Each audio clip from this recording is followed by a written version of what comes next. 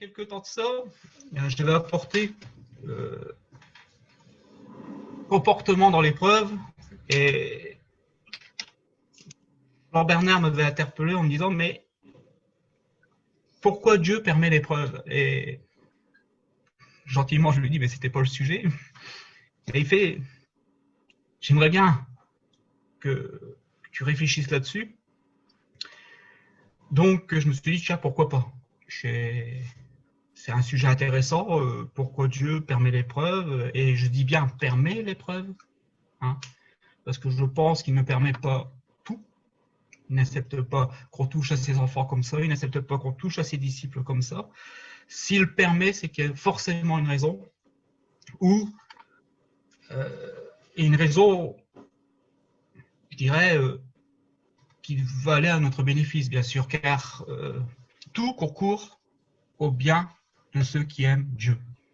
Amen. Avant de continuer, j'ai pas envie d'être comme les amis de Job qui pensaient bien faire en voulant convaincre Job de son péché ou d'un quelconque péché ou d'une quelconque erreur ou d'une mauvaise vue de la part du Seigneur.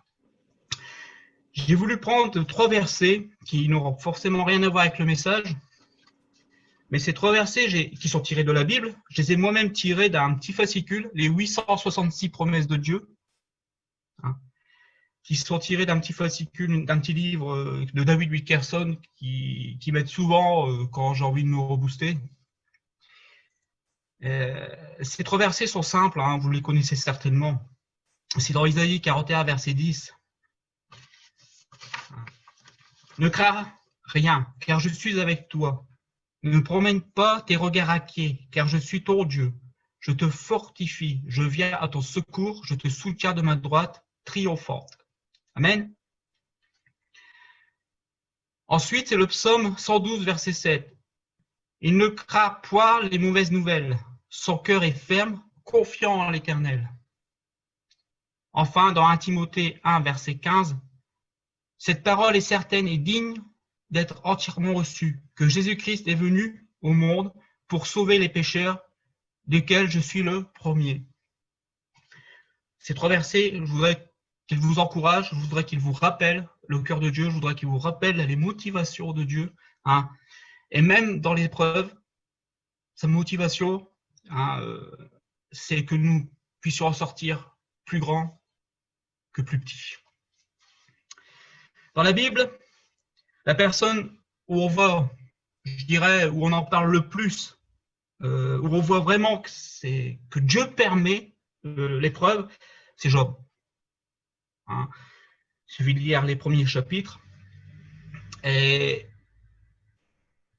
Dieu rend témoignage de Job que c'est un homme intègre. C'est un homme, je dirais pour l'époque, un homme juste. Dieu aura un bon témoignage de Job. Quand il en parle, je me dis, j'aimerais bien qu'il parle de moi comme ça, hein, mais je risquerais d'attraper la grosse tête. Le gros problème, c'est que malgré tout cela, Dieu va permettre du moins, à ce que Job ait une épreuve. Et pas des moindres. Vous la connaissez tous l'histoire de Job. Hein. Dieu va permettre à Satan de le mettre à l'épreuve. Je dirais même d'une mise à l'épreuve, car dans l'épreuve, il y a aussi des mises à l'épreuve. Et c'est ça que par moment, peut-être ce regard, nous ne comprenons pas toujours pourquoi l'épreuve, mais Dieu peut permettre cela pour une mise à l'épreuve de notre foi. Hein. Comme je disais, aussi pour voir notre comportement. Donc, il permet à Job, et il touche Job aussi bien dans sa famille, parmi ses enfants, dans, je dirais, ses biens, ses richesses, comme dans sa santé. La seule chose qui ne permet pas à Satan, et c'est là que je voudrais attirer le regard aussi, c'est qu'il ne permet pas qu'on touche à sa vie. Il met une limite.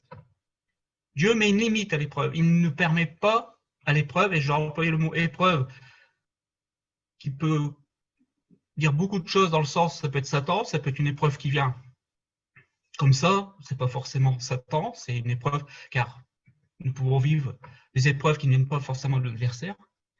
Mais il met une limite. Il ne permet pas que ça aille au-delà de nos forces. Ça confirme bien sa parole qui ne va pas au-delà de nos forces.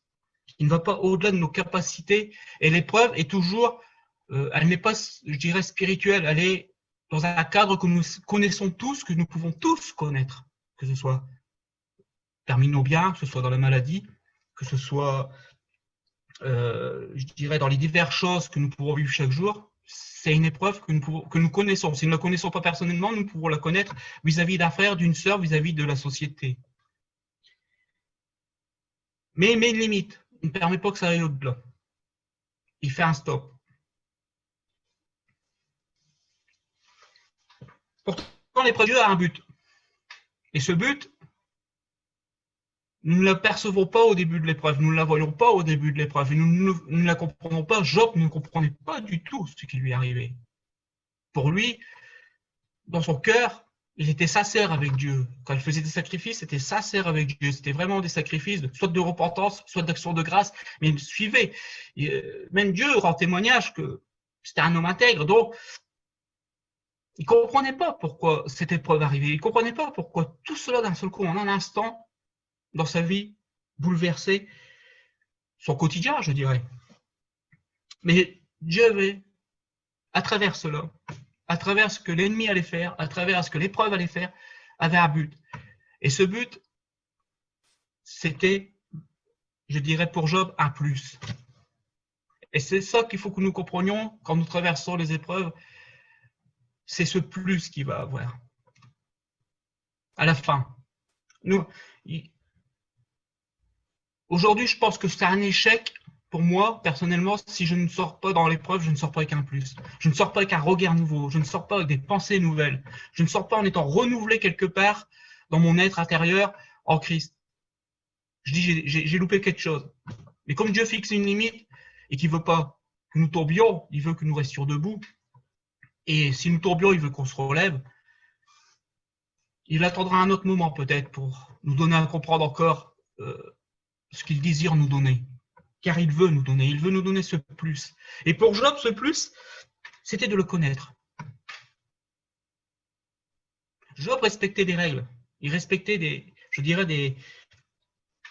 des lois qui en soi étaient bonnes. Nous respectons dans notre vie de chaque jour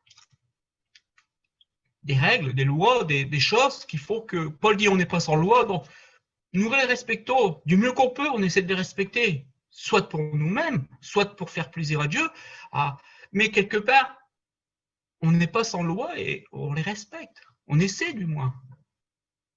On essaie d'être agréable à Dieu dans notre comportement. Ce n'est pas toujours le cas, mais on essaie tous les jours.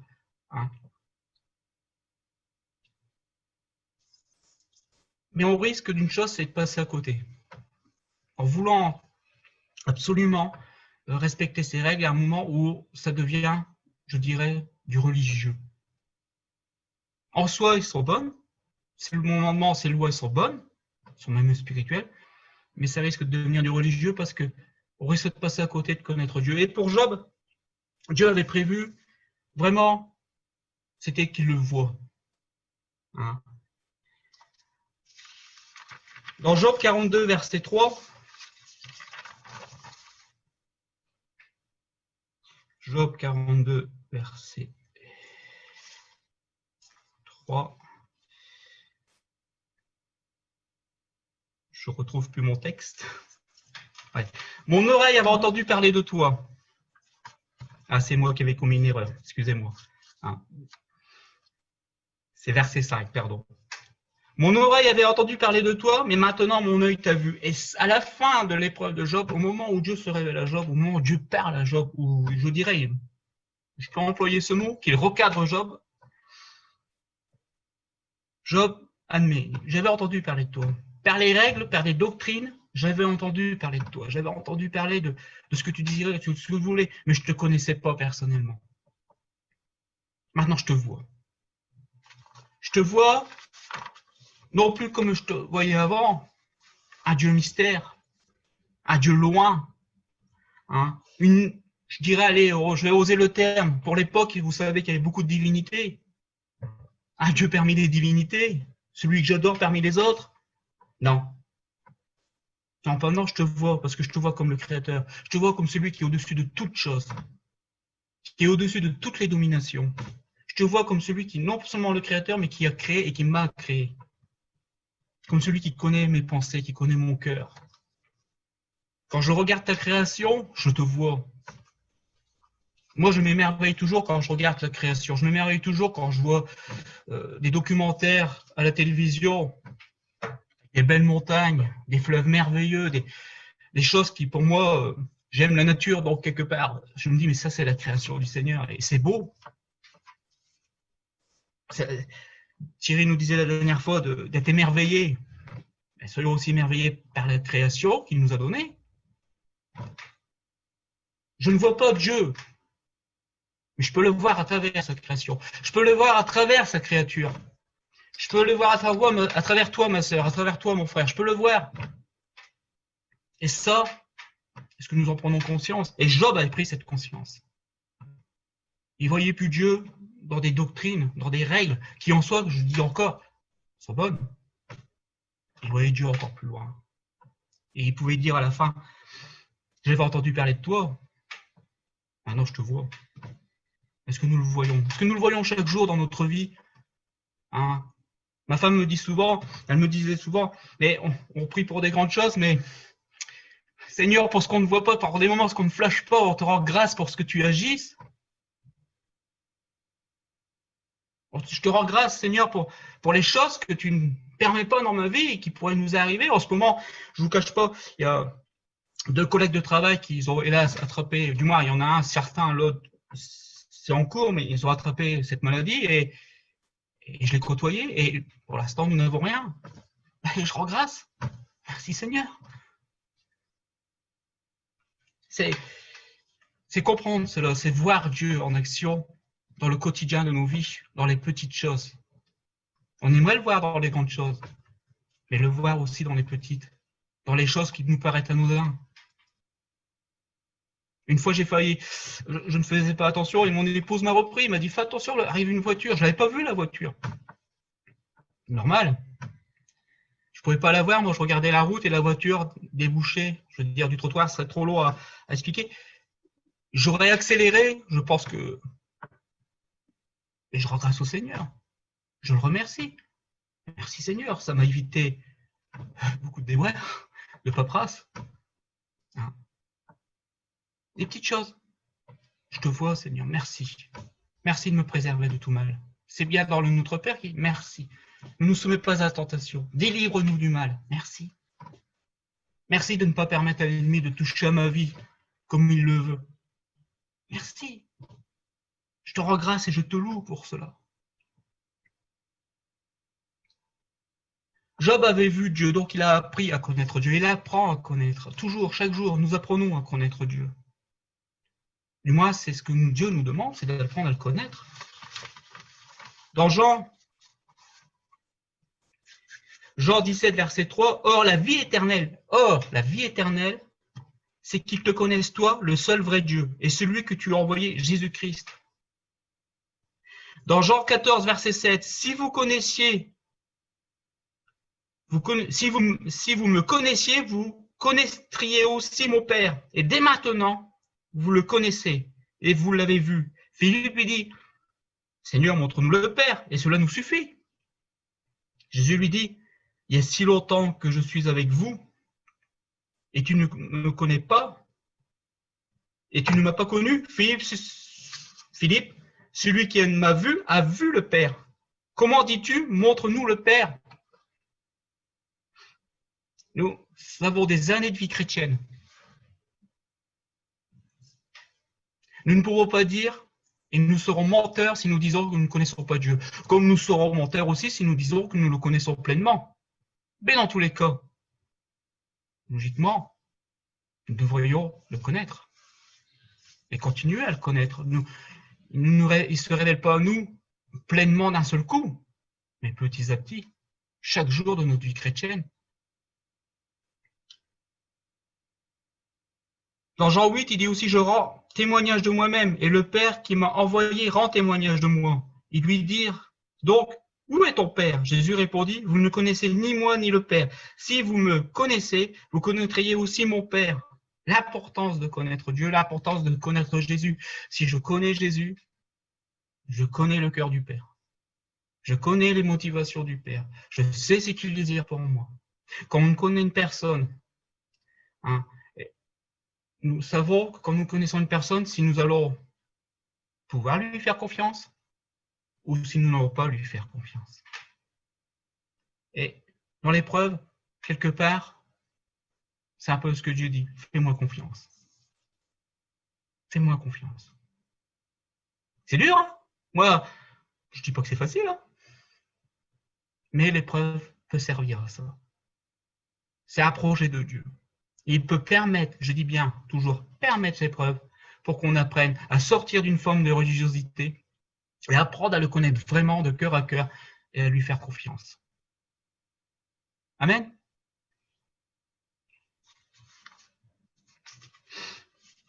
Ça, c'est une première facette de l'épreuve. Du moins, c'est une des premières facettes de l'épreuve.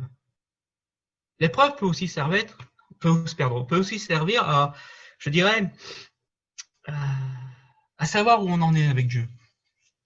Vous vous êtes jamais posé la question où j'en suis avec le Seigneur? Moi aussi. Si, je me suis déjà posé la question, où j'en suis avec toi, Seigneur? Parce que bon, je vois pas forcément ma foi grandir. Les épreuves, je cours pas après. Hein, et déjà, quand c'est moi qui les crée, les épreuves, c'est difficile. Mais même quand c'est nous qu'on les crée, les épreuves, Dieu peut l'utiliser quand même.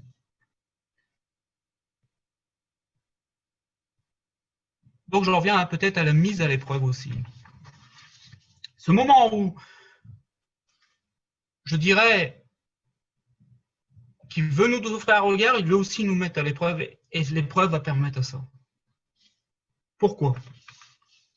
Il y a un passage dans les Écritures, exemple dans Matthieu, je vais prendre les deux principales, je ne vais pas prendre tout le passage, parce que vous le connaissez ce passage.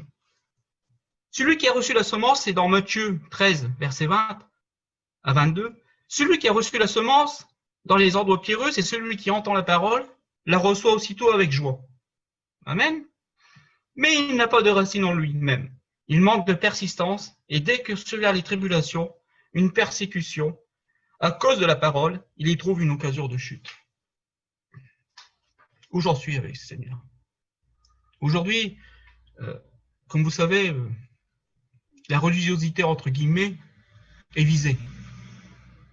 Elle est visée sur plusieurs angles.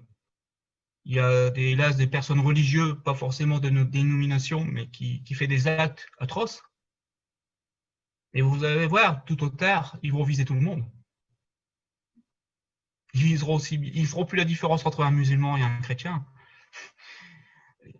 Déjà, le fait qu'une fois à Mulhouse, il y a eu des problèmes, comme vous savez qu'elle a été accusée d'être la souche qui a amené le virus à un moment, alors que c'est faux.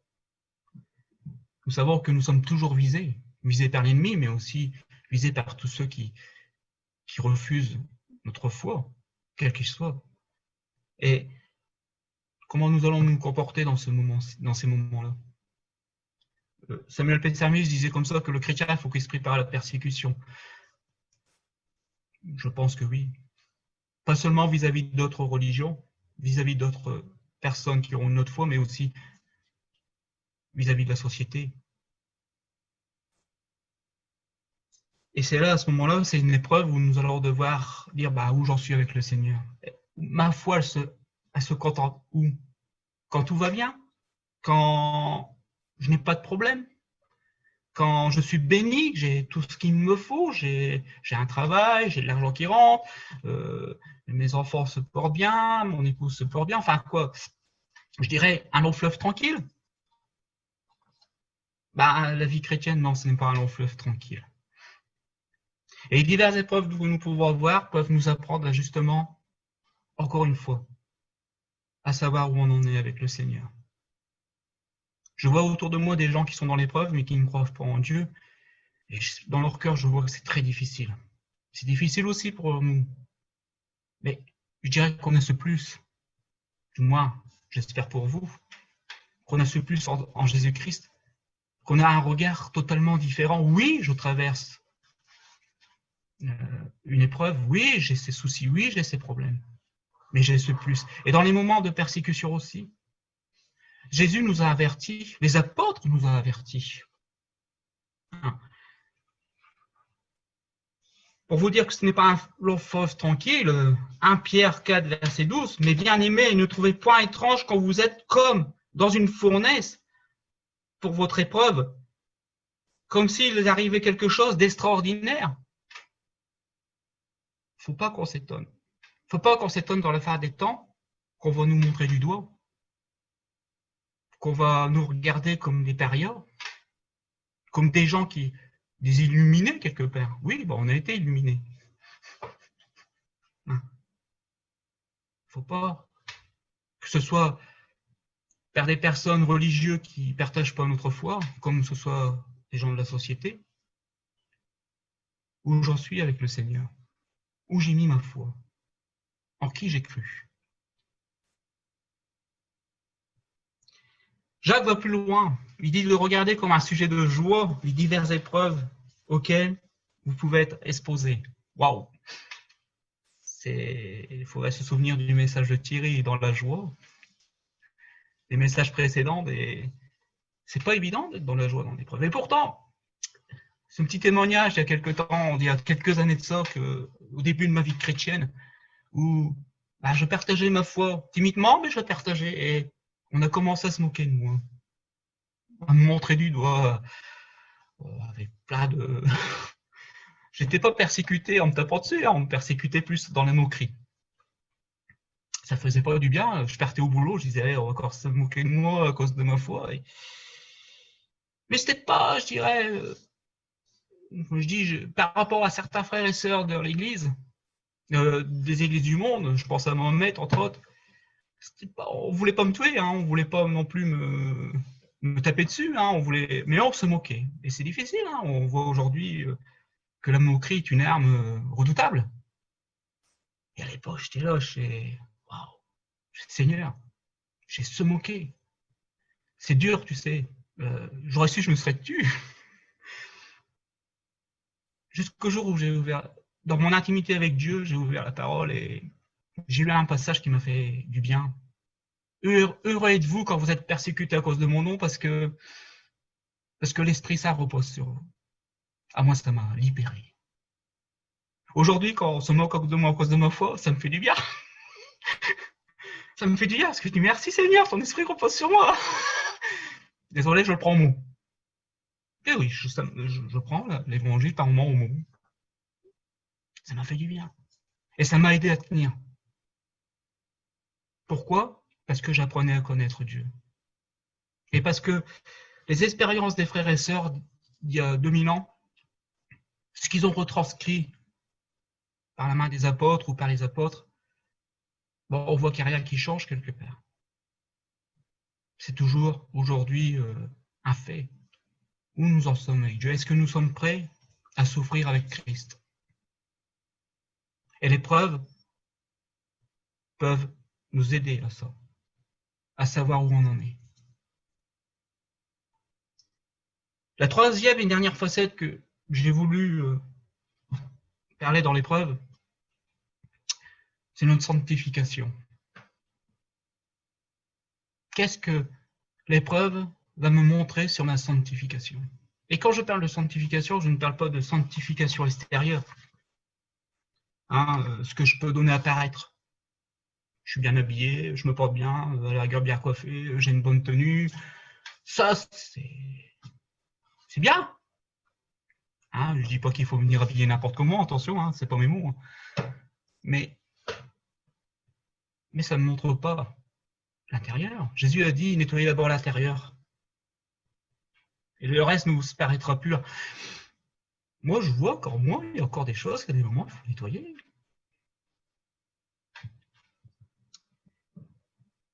Dans Éphésiens 4, verset 1, que toute amertume, Toute animosité, toute colère, toute clameur, toute calomnie et toute espèce de méchanceté disparaissent du milieu de vous. C'est des choses qui se trouvent où, ça? C'est pas des choses qu'on voit forcément à l'extérieur, du moins pas au premier abord, mais c'est des choses qui se passent à l'intérieur. Quand nous traversons une épreuve, il y a des choses que je peux comprendre. Moi, je peux comprendre la colère. Je peux comprendre. À la rigueur, je dirais, si je dois me mettre en colère, il faut mieux que je me mette en colère contre mon péché. Et quand je parle de péché, je parle du mien, je parle pas du vôtre. Je dois me mettre en colère contre mon péché. C'est pas normal. Je dirais que c'est une bonne colère, celle-là. Par contre, si le fait de tout ce qui se passe en ce moment, comme le coronavirus, et ce que je peux constater, parce que j'observe, je suis quelqu'un qui regarde, et mon épouse, c'est pareil, elle est quelqu'un qui regarde, on a fait des constats, non pas vis-à-vis des frères et sœurs en Christ, mais surtout vis-à-vis des gens du monde, on a fait des constats qu'il y a beaucoup de gens qui réagissaient d'une certaine façon au premier confinement et qui réagissent d'une autre façon au deuxième confinement. Mais nous, comment nous réagissons? Est-ce que nous sommes contents? Non, comme je dis, il faut une certaine réalité. Non, pas forcément. Regardez, on est obligé d'être sur Internet pour se rencontrer, pour avoir un message. Et pourtant, on le fait. Et on s'en réjouit. On s'en réjouit de pouvoir se voir. On s'en réjouit de pouvoir communiquer ensemble. On s'en réjouit, même si c'est pas par Internet, ce sera par téléphone, mais on peut s'en réjouir. On n'est pas encore limité. On n'est pas encore limité pour louer Dieu. Pourtant, toutes les épreuves peuvent créer en nous, ou peut créer, ou je devrais dire, va relever, va faire montrer encore ce qui est en nous de mauvais, ce qui est en nous de pas normal. L'amertume, l'animosité, la colère, la clameur, les calomnies. Et ça, Paul dit non, ça ne devrait pas être. Non, non. Excusez-moi, je prends mes notes.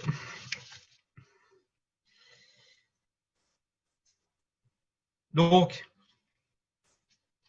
ce qui ne se voit pas, ce qui est à l'intérieur, l'épreuve, et il ne faut pas de grande épreuve, vous savez, pour ça. Il suffit d'être honnête avec soi-même, de s'examiner. Dans le moment où on voit les choses qui ne vont pas comme nous on le voudrait, ou dans les moments où il y a une épreuve qui arrive, il ne faut pas forcément qu'elle soit grande, hein. Il ne faut pas forcément qu'elle soit, mais qu'elle nous touche à l'intérieur, et voir ce qu'il va en sortir. Et c'est ce qui en sort, c'est de l'amertume, l'animosité, de la colère, de la frustration. On peut dire encore du travail, Seigneur. Il ne faut pas oublier que nous sommes des personnes, des disciples qui sont censés être aller à contre-courant. Dans ces derniers temps, personnellement pour moi, j'admets et j'avoue devant vous tous que j'ai eu une forme de colère, de frustration. J'étais pas content quand j'ai vu qu'il y avait un instituteur qui avait été décapité, comme ça. Quand j'ai vu que des gens d'une autre confession que la nôtre, mais qui confessaient Christ, avaient été tués. Je vous assure que ça m'a... J'ai eu un moment d'amertume, de colère envers une autre religion, je vous le cache pas. Et je me suis dit, mais André, c'est normal ta réaction. Jésus nous a demandé de bénir, nous a demandé de réagir autrement. Quand il a repris Jean et Jacques en disant, vous ne savez de quel esprit vous êtes animés, je me souviens, et Thierry confirmera, parce que ça vient de lui, et je m'en suis souvenu quand il a dit comme ça, on prie souvent pour les personnes, comme par exemple nos frères et nos sœurs d'autres dénominations qui ont souffert à cause d'une religion qui tue sans réfléchir. Est-ce qu'on prie pour les personnes qui tuent? Est-ce qu'on prie pour la personne qui est venue persécuter? Pour la personne qui est venue tuer? Est-ce qu'on prie pour les gens qui ont été derrière l'instigateur de cela? Je sais, si on m'entendrait aujourd'hui, on me dirait, mais t'es fou. Jésus a prié pour nous. Et il a dit, Père, pardonne-leur car ils ne savent ce qu'ils font. je voudrais dire, est loin de me comparer à Jésus, hein. Et loin d'être humble, parce que je ne vous cache pas que je suis qu'un homme, un pécheur, sauvé par grâce. Seigneur, pardonne-le, ils ne savent pas ce qu'ils font. Le royaume des cieux est un royaume de paix. Et je ne pense pas que les gens violents, dans cette forme de violence, vont y rentrer. L'amertume aussi, de tout ce que je peux vous dire, c'est que nous allons aller en contre-courant d'une société qui, elle, va s'endurcir, et que nous, on va prier pour nos ennemis, on va prier pour ceux qui nous persécutent. Ça aussi, c'est une épreuve. C'est une forme d'épreuve. Mais c'est ce que Christ nous demande. Il ne nous demande pas d'accepter le crime, bon entendeur, hein. Il ne nous demande pas d'accepter le péché, c'est pas ça. Il nous demande de réagir autrement, avec une autre pensée. Car l'âme, il est venu pour sauver, comme il a dit. Je suis venu pour sauver, je ne suis pas venu pour juger. Je suis venu pour extirper. Et combien de personnes d'autres confessions ont été libérées, ont été libres parce que des chrétiens se sont tenus à la brèche et ont prié pour eux. Je prie souvent pour la guérison, je prie souvent pour que des gens soient guéris, rétablis, pour que les finances vont mieux pour eux. Mais combien c'est merveilleux quand j'entends des personnes d'autres dénominations non chrétiennes disent « Je suis venu à Christ ». Moi, je trouve ça formidable. Je suis venu à Christ. Et là, je ne peux que louer humblement mon Dieu et mon Seigneur. Mais il y a des chrétiens qui ont prié pour eux. Même si ça ne se voit pas aujourd'hui. Il y a des chrétiens qui ont prié pour moi. Aujourd'hui, je l'affirme, il y a des gens qui ont prié pour moi. Amen. Donc l'amertume, la clameur, tout cela, je dirais aussi que quelque part, nous n'avons pas un combat spirituel à livrer. Dans Éphésiens, je pense que c'était 6 de mémoire, où Paul nous parle d'un combat spirituel, que nous n'avons pas lutté contre la chair et le sang. Mais quand tout cela arrive, quand les clameurs arrivent, quand l'animosité arrive, à cause d'une épreuve, est-ce que quelque part, il n'y a pas un combat livré justement pour dire « ça, j'en veux pas, ça, je le refuse, ça, je le combats, parce que je sais d'où ça vient pas du Seigneur ». C'est difficile, je vous l'accorde. C'est pas évident, je vous l'accorde. C'est un combat, j'ai le même combat que vous. Je suis comme vous, je livre ce combat. C'est pour cela que Christ a dit « je bâtirai mon église ». Et que cette merveilleuse promesse qu'il a dite, le séjour des morts ne pouvoir pas contre elle. Et je trouve quelque part il a raison. Si nous livrons ce combat, la mort ne peut rien contre nous. Je parle de la mort spirituelle. Je ne parle pas de la mort physique, entre guillemets. Je ne sais pas quelle heure il est. Je crois que j'en ai dit suffisamment. Je voudrais finir avec cette réflexion. C'est une réflexion de Job. Parce que l'interrogation que je me posais, faut-il passer par une épreuve pour saisir et comprendre? Faut-il forcément passer par l'épreuve? Personnellement, je ne le pense pas. Il y a une condition, c'est d'être à l'écoute, d'être en communion, de laisser Dieu changer notre cœur, de ne pas attendre que l'épreuve arrive pour comprendre, ou pour nous être donné à comprendre qu'il est présent, qu'il est là. Encore une fois, je dis, cela ne veut pas dire qu'il n'y aura pas d'épreuve, je dis simplement qu'il y a des moments, l'épreuve, il la donne pour notre bien. Job dit, maintenant j'écouterai. Il dit à Dieu, écoute maintenant et je parlerai. C'est-à-dire que quelque part, il dit, maintenant je m'adresse à toi, Seigneur. Je t'interrogerai, tu m'enseigneras. C'est ce qu'il a donné à l'Église. Il a donné des bergers, des enseignants. Il a donné des personnes de grande qualité, remplies d'esprit. Il a donné sa parole pour que nous puissions justement éviter de rentrer dans des épreuves qui seraient peut-être trop lourdes pour nous, pour que nous puissions saisir et comprendre. Et là, on peut lui dire, Seigneur, je t'interroge. Les apôtres interrogeaient Jésus. Pourquoi? Dis-nous, explique-nous, montre-nous. Nous pouvons aussi. Ça m'est arrivé. Là, je ne comprends pas, je ne saisis pas. Et ce qui est merveilleux, c'est que on n'est pas obligé de passer par l'épreuve pour ça. Dieu peut simplement nous montrer par un enseignement. Et c'est peut-être mieux, non? Ah non, je ne dis pas qu'il n'y aura pas forcément d'épreuves. Je dis aussi qu'il y a des épreuves qui ne sont pas voulues par Dieu. Et ayons le discernement de ce que Dieu permet et de ce que Dieu ne permet pas. Quand Dieu ne permet pas, on a des droits de dire non. Que cette épreuve s'écarte de moi. Seigneur, si c'est toi, montre-moi ce que je dois voir, ce que je dois comprendre. Parce que je sais que ce moment est limité et je vais en sortir plus grand. Amen. On va prier? C'est cette confiance en toi, Seigneur, que nous voulons renouveler, Seigneur, dans ces moments de difficulté que nous pouvons traverser en ce moment. Que ce soit, Seigneur, par rapport à cette maladie, comme ce soit, Seigneur, à ce que nous pouvons voir. Ta parole nous invite à préserver notre cœur, à regarder à toi, à garder cette grâce et cette confiance dans la connaissance que tu nous as donnée de toi. Que cette connaissance que nous voulons saisir par la foi puisse nous donner les fruits à rester en toi, à rester vigilants, à pouvoir nous examiner intérieurement et à voir ce qu'il y a encore en nous, Seigneur, qui n'est pas de toi. Nous puissions petit à petit nous remplir de toi, comme tu le désires. Ce que tu vides, Seigneur, de notre vie, que ça soit rempli par toi, tout simplement. Ainsi que nous puissions être ces lampes et ces lumières, Seigneur, que tu désires pour chacun de tes enfants. Pour que dans ces derniers temps, Seigneur, ton Église puisse être la lumière du monde. Comme pendant tous les siècles, que ta volonté soit faite.